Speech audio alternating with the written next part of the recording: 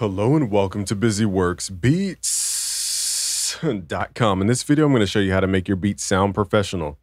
So the professional touch, that extra 30%, comes from little tiny details. The first thing is sound selection, but I don't just mean what type of sound you're using. I'm not talking about, hey, use a piano for a Metro Boomin beat. I'm talking about the actual sound source. Like this grand piano is a Berlin piano on my Korg Kronos.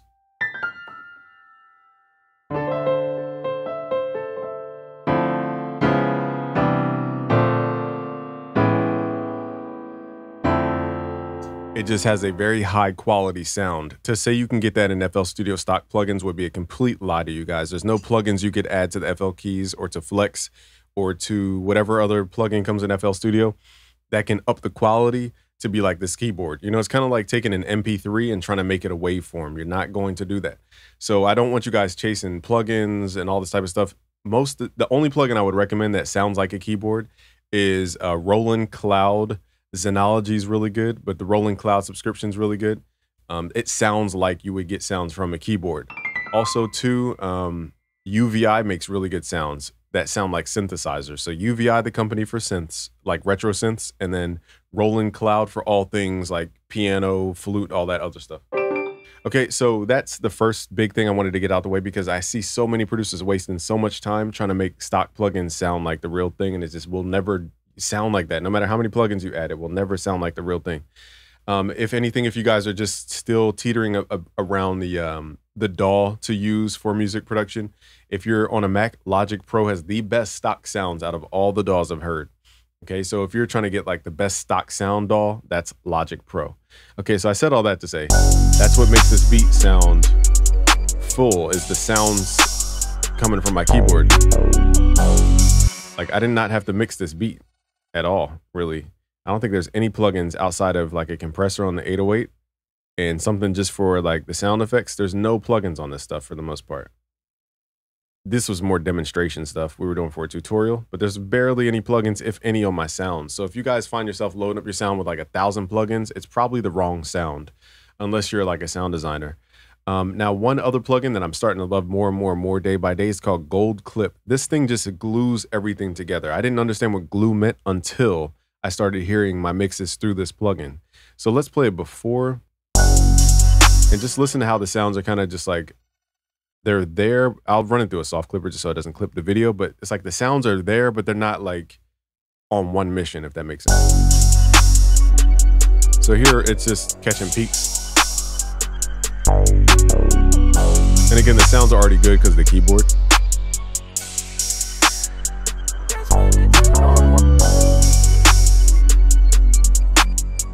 Okay, so the sounds are just good to begin with. Now let's run it through Gold Clip. This is going to add that punch to the kick. When the kick comes in, it's going to go, instead of just going, it goes like that. Okay, so let me go to the kick section here.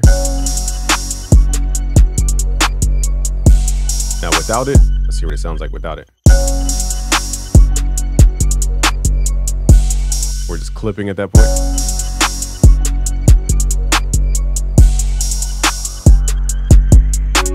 A little crunchy through Soft Clipper, Fruity Soft Clipper.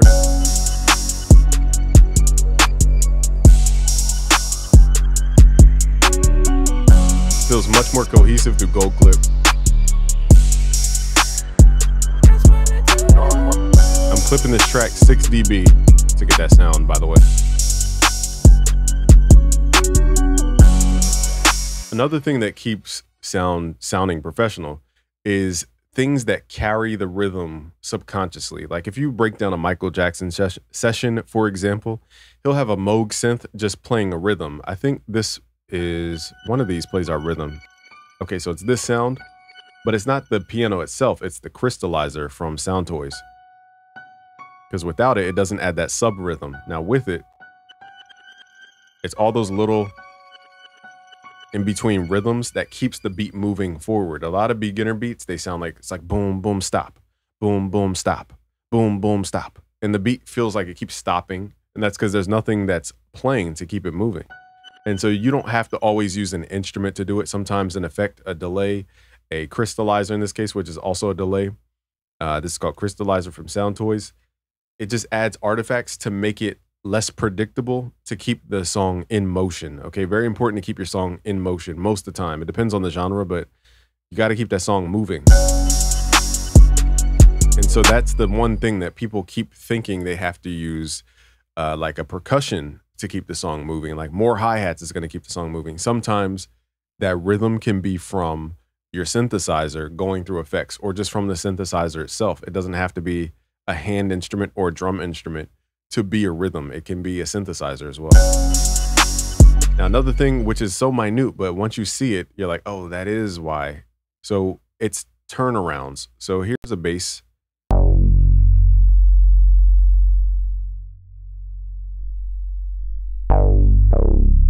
And knowing how to turn around. So I'm basically using octaves, fifths, and perfect fourths to turn around.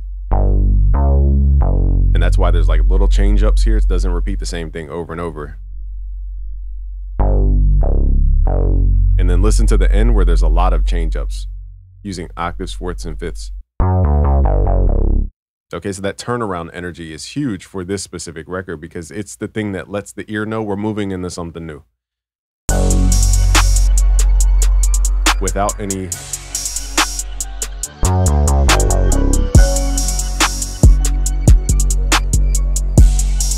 okay, so also something I learned from Just Blaze and Timbaland is try to use more frequency sweeps in your sound selection. It's not mandatory, but frequency sweeps basically keep the ear engaged. The way the ear works, it has a cochlea, and those cochlea have hair cells. They're called cilia, and the cilia move to translate sound, basically. And in short, if you produce a sound that is the same thing all the way through your track, the ear literally becomes numb to that thing happening, and it kind of tunes it out. Because imagine all the background noises from outside. You'd go crazy if you heard the buses driving by 10 miles down the street every single time it did. So our brain kind of tunes out stuff. It filters out stuff. And basically over time in your song, you want to change stuff so that the ear doesn't start filtering it out. And the way you do that is create change ups in your song. So one of those subtle kind of tricks is just a filter sweeping element. So if you listen to these sounds, one of these goes like, okay. And that's keeping the ear subconsciously listening to the song because of those frequency sweeps. Now, if I take that out,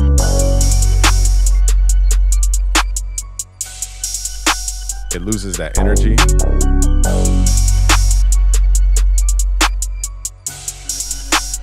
So let's take off all those pro level things. Now, again, the sounds are just good to begin with. So this is kind of a biased example here, but let's turn off Gold Clip. Let's turn off the frequency sweep, and let's turn off that melody effect.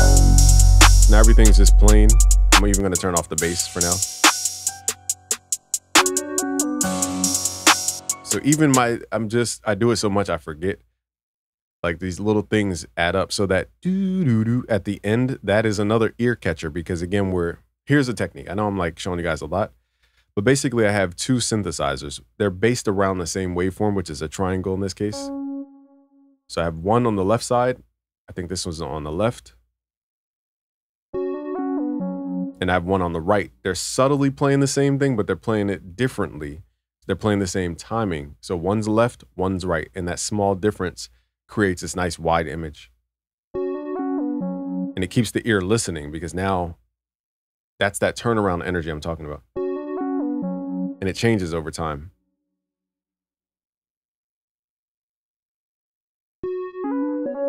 See how they're not playing the same exact thing, but they're kind of needed for this track. Let's take out everything that makes it sound interesting. Let's take out the left, right. Let's take out our filter sweep, and let's take out. So this is probably what a normal beat would be for somebody who wasn't. I'll leave in the contrast layer to be fair. Okay, so here's what a normal beat might sound like, which, again, it's hard to really imagine this because the sounds are already good and there's timing differences and everything. Here's another thing that you can't really get on this screen because I played it in audio, but it's quantizing. So if I zoom in, look at that time gap. Okay, my melody is not perfectly on the grid. And that's another thing that kind of makes your stuff sound amateur, is always playing perfectly on that lined up grid. This melody and the contrast layer are not aligned with that grid.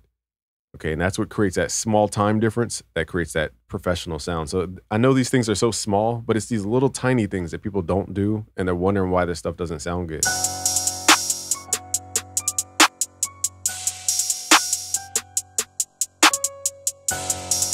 So all those little time gaps create that bounce.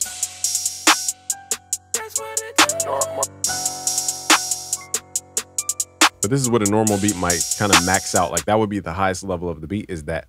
Now, when you start adding all these elements, those ear candy elements, those ear engaging elements, those effects that we talked about, and let's run it through that gold clip.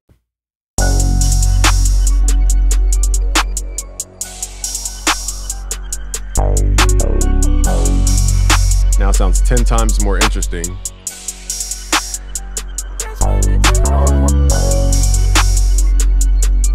And also changing up the bass in the song can be an interesting way. It can be an interesting way to change up the vibe without changing out too much. So now we're going to change up the bass. So then it's 808 now.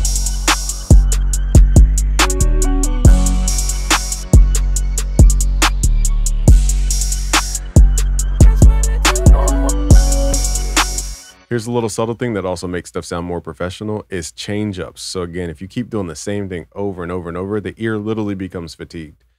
So in the 808, I have it going normal, normal, half step. And then we go down, what's this? 1, 2, 3. So that's, minor third away. And then we go back to the root note. Then we go down 4 notes in this case, which is a major third. And then we go back to the root note. Then we start adding more half steps. And then more root notes in a row, and then a change up right here. So these small little change ups will make your beat less predictable, but still feel predictable, but less tonally predictable is a better way to say it. And so that's what keeps the ear engaged. You don't always have to do it that way, but that's a little subtle thing. Because most people, when they produce at 140 BPM, they think they're producing 2 bars, but remember, when you're in double time like 140, 2 bars is actually 1 bar. So this is what, 16 to 32 is, this is really only 8 bars, but it looks like 16. So I have change ups going through 8 bars. 808 has a lot of change ups through 8 bars. Most people only do like 1 bar of drums and they just keep looping it. And they're like, why does my song sound repetitive? That's why.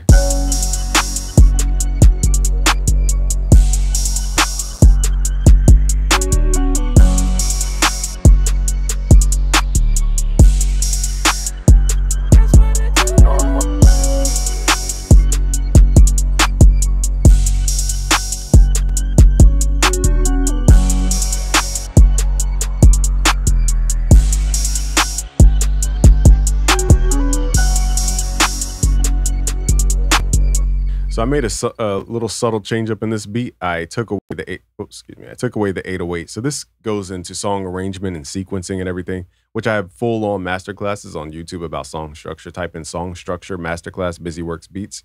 Because on this part of the song, the way I kept the same vibe but changed the energy was I took out the kick, the punchy kick. So now all we have is the 808. So we still get that kick timing, but it's not as aggressive as that kick. It's not transient aggressive. So go watch that full Metro Boomin Beat Formula Exposed video, because I go through every single thing about this specific beat and how I thought about layering and why we layered stuff and when we layered stuff. But those are the small things that sound irrelevant until you see them all stacked up and you're like, oh, that is why this does sound different than just quantizing everything and making everything sound squished.